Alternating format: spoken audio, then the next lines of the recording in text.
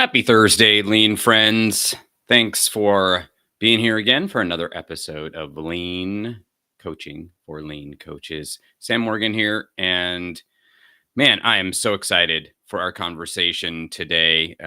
Y'all just make this so much fun. Today, we are going to talk about a topic that I think might ruffle a few feathers, and that's okay. Um, it's anti-fragile lean marketing. Now, in the actual marketing of this conversation today, the session today, I put WTF is this because I think many people might not be familiar with the phrase anti-fragile. So what we're going to talk about is what that is, and then 3 points about how we can use that in our approach to our marketing of our lean businesses that we're doing right now and might have challenges with. And using this approach can help us as we move through those challenges. So, as you know, we come on every Tuesday and Thursday. Tuesdays, we do coaching with lean coaches right there live and have a lot of fun. This last week, we had Jeremy Harrison on, and it was just such a blast to see him process and think out loud about as he's launching something new and being able to take the step of putting himself out there on LinkedIn. And if you haven't already, please connect with him and check his stuff out. Brilliant post around what he's going to be launching there. And again, him having that takeaway of, take the step and put myself out there. And so if that's something that you'd like to do, step into that seat. We got spots available in February, so please reach out. Would love to have you on. And of course, if you need that kind of support in your life on the regular with your lean business, you're having struggles, that's what I absolutely love doing. Feel free to shoot me a DM and we can set up a time to have a conversation and explore supporting you through that. Again, today, though, we're talking about an anti-fragile approach to lean marketing. And the three things that we're going to be talking about today and how we can approach our marketing, especially at the beginning of the year, when we're thinking about 1, 3, 5-year plans. You might be setting that out or have been a part of that and having strategy sessions. And so what we want to talk about today is the value of having an anti-fragile approach that, and the benefits are embracing uncertainty as an opportunity for growth, having and seeing the limitations of over planning, and learning from failure and feedback. And then at the very end, I want to challenge you with an experiment to take away from today. Now, again, if you're here and you've got questions, you got thoughts, please toss those in the chats. Would love to have a great conversation about this. Share who you are, where you're coming in from, and what's brought you here. And of course, if you've got some pushback on this, would love to hear your perspective on this idea of anti-fragility. Now, if you're not familiar with the term anti-fragile, it comes from the book by the same name from the author Nassim Taleb. Now, if you're an academic type, you will enjoy this book. If you like having your thoughts challenged, you will like this book. If you like someone who's really snarky against like the flow of what's considered common thought, you will enjoy this book. If you don't, you might not want to pick it up. But what he really does is he challenges a lot of common notions around predictability. In fact, the basic idea of anti-fragility is things that gain from disorder. So if you think about fragility, right, you look at a package that you're sending off to your Aunt Martha for Christmas, and it's this precious vase from generations gone by. And what do they put on the package, right?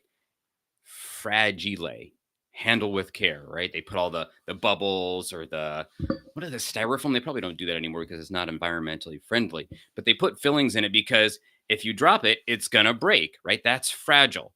When something encounters an obstacle or a challenge, it breaks. And so his premise is that we want to be building people that don't just can't not just withstand challenges or things that come in the way, but also gain from those challenges. So what he is saying in the book is that not only can we not like know all the things that are going to happen in the future, but that should actually make us stronger in the face of that. And again, in our commonplace, our business world, we get to the beginning of the year and we're planning for our 1, 3, and 5 year strategies, right? And the idea here is that we can't predict what's going to happen in 1 year, 3 years, 5 years. And to do so is actually a waste of time. It's not helpful for us. And it definitely doesn't build that mindset of being able to handle things that come at us that we don't expect and we're not planning for. And I can definitely relate to this. This very much pushed against me and my planfulness. I like to have plans in place so I can feel some semblance of control. And I think that that's why it pushes back against me and probably many others, because he goes to task with a lot of folks, especially in the big business world and finance and whatnot, who talk about all the value of having these predictions. And he very much flies in the face of that. So things that gain from disorder. And it's interesting because we are very planful people. My experience with continuous improvement, lean folks. Chasen, great to have you as always, my friend. Much love to you. Um, but the thing that I run into so much with folks who are in, continuous improvement, project management, data analysis, I like to call them kind of all cousins, operational excellence, is that we like to have, plans and strategies.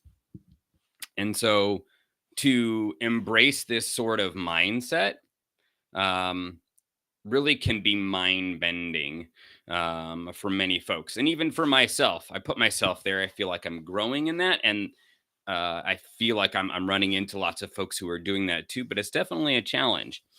So I like these, I like to think of our approach to marketing, because we can get into these spaces of having the bigger plans for our marketing. I've got this 1 year, 3 year, 5 year plan. I was talking to someone the other day who had multiple layers of strategy in their, moving forward with their business.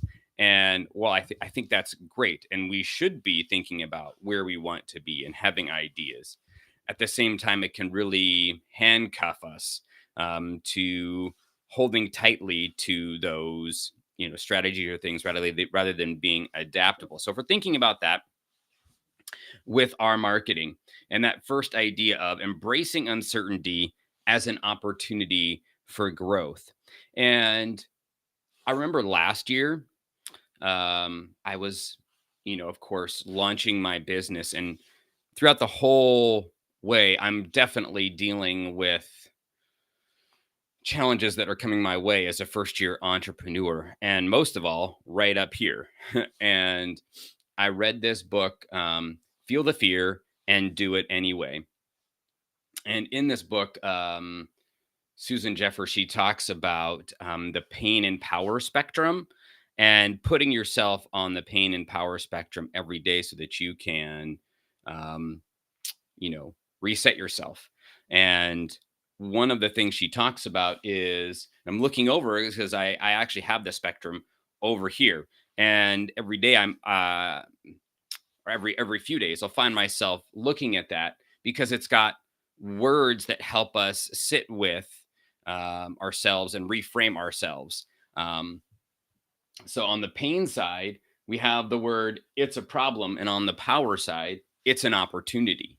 So when we are watching our thoughts, we can find ourselves saying, "Man, there's all these problems I've got. How am I going to be able to handle all these?" Versus, it's an opportunity. And I think that that's one thing that I notice about myself now, more that I've become more aware of, that is thinking about problem versus it's an opportunity. It's for me. And I think, again, as we're thinking about our marketing, right, we can be thinking about, okay, all of 2024, I want to do all of this. I want to build this much. I want to be putting myself out there this many times on LinkedIn or Instagram, or send out my emails every so often, or build this blog out, or do this many webinars by the end of the year. But what happens if things come in our way that change that. What we might have an idea of doing, like, a live every month. And what happens if our kids get sick, or we're going on vacation, and what are we going to do um, when those things happen? And a big part of not being so flustered by that when that happens, because it will happen, things will happen that don't go according to plan, is having that mindset of seeing things as for us, seeing things as an opportunity, not against us. I have a huge challenge with that in my world. And so having this type of spectrum, and there's lots of other phrases we can use, like I hope versus I know, or I can't versus I would, or I should versus I could.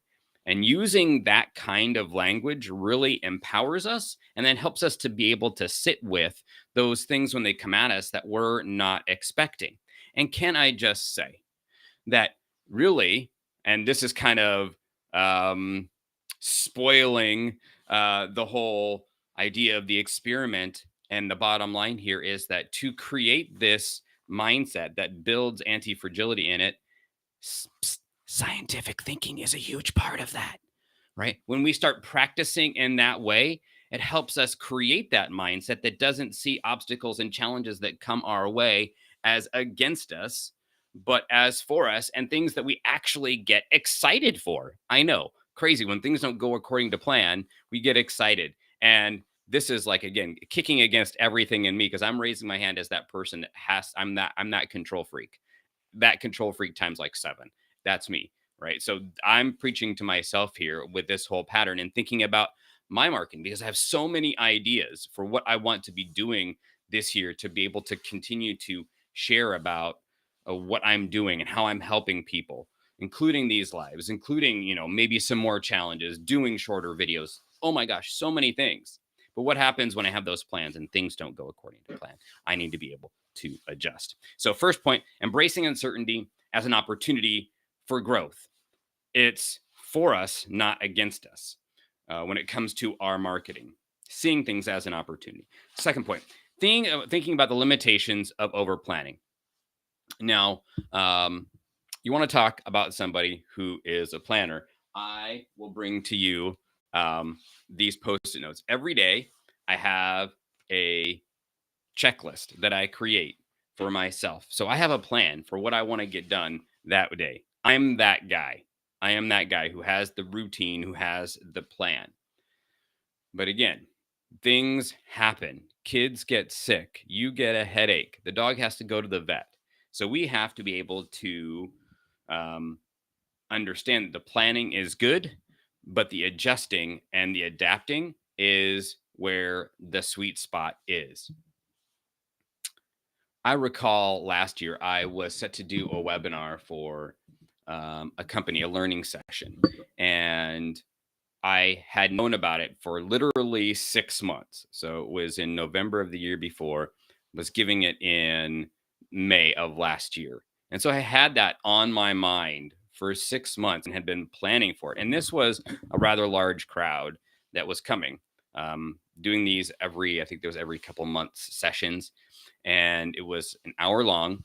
And they had up to, three, four, 500 folks had showed up to these sessions. And so I, of course, was nervous, and I wanted to plan. I wanted to have all of the things in a row. So I spent hours on the presentation, getting all of my ducks in a row, all the perfect slides, the perfect photos. And I was going to do an activity in that webinar to be able to teach them, actually, ironically enough, scientific thinking. And how confidence comes from that. That was the whole point of it, which is just so ironic now that I think about it. Um, because I was really stressing. I was sweating this webinar and being on it and thinking, oh my gosh, I wanted to do an activity with the folks and say, hey, would somebody come up and offer up some ideas around creating a big challenge goal, and then, like, what's an experiment you can do? And in my mind, I'm like, oh my gosh, what if I don't know what to say? What if the person that comes up has an idea that doesn't, like, jive, or I can't come up with something? And I was having a conversation with my great friend Holly Perez, and we've been having these conversations for so long. And so she, as I was sharing my stress and I was sweating over this, and she shared something to the effect of, like, you need to have fun and enjoy it. And in that moment, I'm like, yeah, like I know what I'm doing. I've coached people for a few years here. So I can handle this. It's not like it's when you coach, right? On the Tuesday sessions, I have no clue what folks are going to bring up, right? I can't force or control all of that. That's not possible.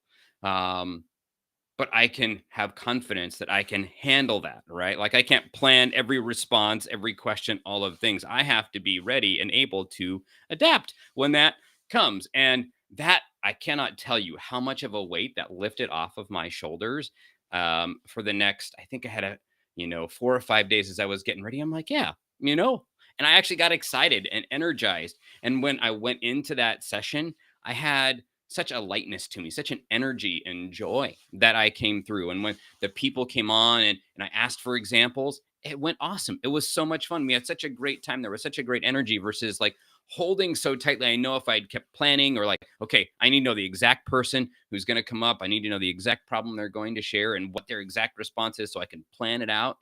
That only actually added weight to me and stress. In fact, even thinking about like this session today, like tossing, oh my gosh, like what's the stories I'm going to tell? What's the points I'm going to do? So there's limitations to over planning. And so that's why like my approach to these sessions and planning them, I've had to like scale myself back. Just for example, I've had to tell myself, give yourself 3 points, 1, 2, 3, and write them down on a post-it note, and then trust yourself that you can adapt as you're going along and what you're feeling from the energy and what you're sharing. And this is what I like to share with you all every day after I post the stream is the point, so you can just see, hey, this is just a general outline. Like I'm having these 3 points to share, and then just going from there to hopefully demonstrate that we don't have to have all of it planned out. I don't have a PowerPoint ready, although like there's a pull in me to do that. Like I love me a freaking PowerPoint with all the go on to Unsplash and grab all these free photos and put it all there and make all the branding line up and make it look pretty. That makes my heart happy. Like it puts a smile on my face to do that. But is it really necessary? People are showing up for you. They're showing up for us as people, right? They're not here for some fancy presentation. They want that energy, they want that joy. And so if we plan and we do all these things, we're actually missing out on an opportunity. Might even say a marketing opportunity because people do business with people. So if I'm so busy planning, I'm not able to be present in that moment, whatever it is with the webinar, I'm doing the podcast or my post, right? Lord knows I get in my head all the time and wanting to plan those out. But when I get in these spaces and I'm just here, right now with you and feeling your energy and your joy, and you're like, this is awesome, then that's when the life comes through versus like when I get in my head and I'm like, damn. Um, so again, we want to embrace uncertainty as an opportunity for growth. Then we want to recognize those limitations of over planning. Yeah, take it from me. Take it from me. And the last part here, and this has probably been the hardest thing for me is learning from failure and feedback. And honestly, I don't even like the word failure. I like, opportunity, learning opportunity. We've talked about that. And yeah, Jason, as you said, giving ourselves grace to adjust the plan. Absolutely. All right. And for me, again, this learning from failure and feedback, and this is very, very real for me right here, right now, because in the last even few days, I've asked for, as folks have come on and been a part of the lean coaching for lean coaches on live, I've asked for feedback. I'm a good lean practitioner, voice of the customer. This is what we do, right? But when the rubber meets the road, we've got to be able to accept that, right? And And when somebody gives us feedback, like, how are we going to take that in? Because of course it's easy, like, hey Sam, that was a great stream. I learned this and this and this, and now my life has changed forever. Of course, if we're honest, that's what we want to hear, right? Like, you're the greatest thing since sliced bread. Everybody should do, like, be coaching with you. Like, of course, this is all of the things that we want to hear. But do we want to get better? Do we want to help the people that we're seeking to support? Then we need to be willing to hear all of the feedback. And so, as I said, this is very real for me. The other day was I had somebody who DM me and said, hey, can I offer you some feedback on the sessions? Now, this had been someone who had been a part of one of the sessions. So it had the experience. And I was like, yes.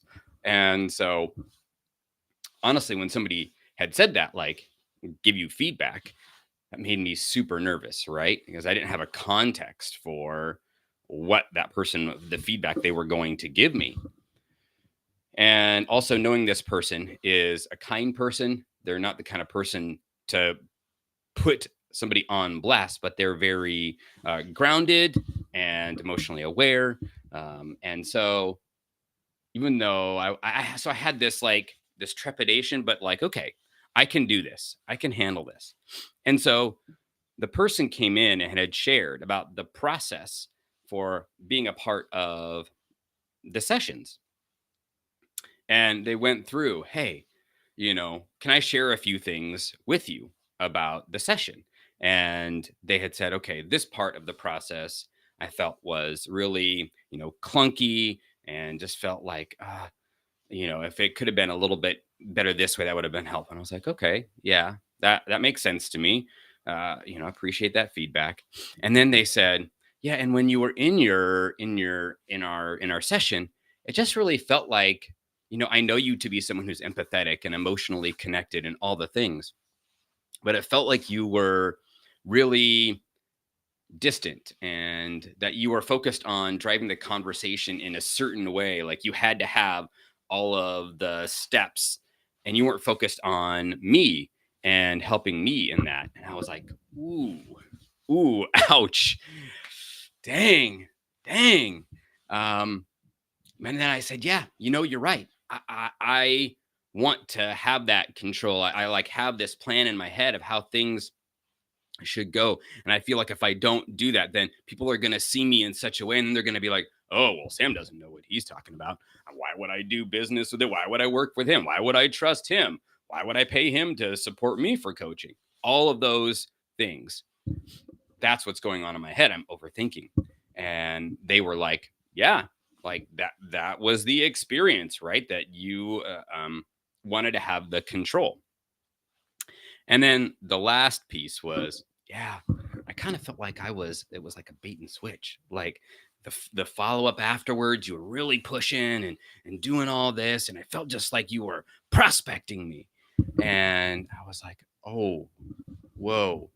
And if y'all know, like, that is what I'm not wanting to do, not wanting the experience to be. I want folks to be a part of this and to feel like they're seen and heard as humans, not as a number or a sale. And also, I had to be like, yeah, I get that. I get that that was your experience, and that you experienced that, and I can understand why you had that because of the way I was showing up.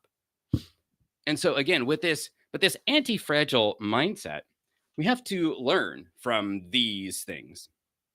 And so, making adjustments to the process and go, okay, yeah, like, I want to take that and go, how can I make, you know, these sessions better? Right. If we're looking at our marketing, right, we're doing lives or webinars or sending out emails, and people give us feedback. Are we taking that? And are we going, yeah, thank you for that.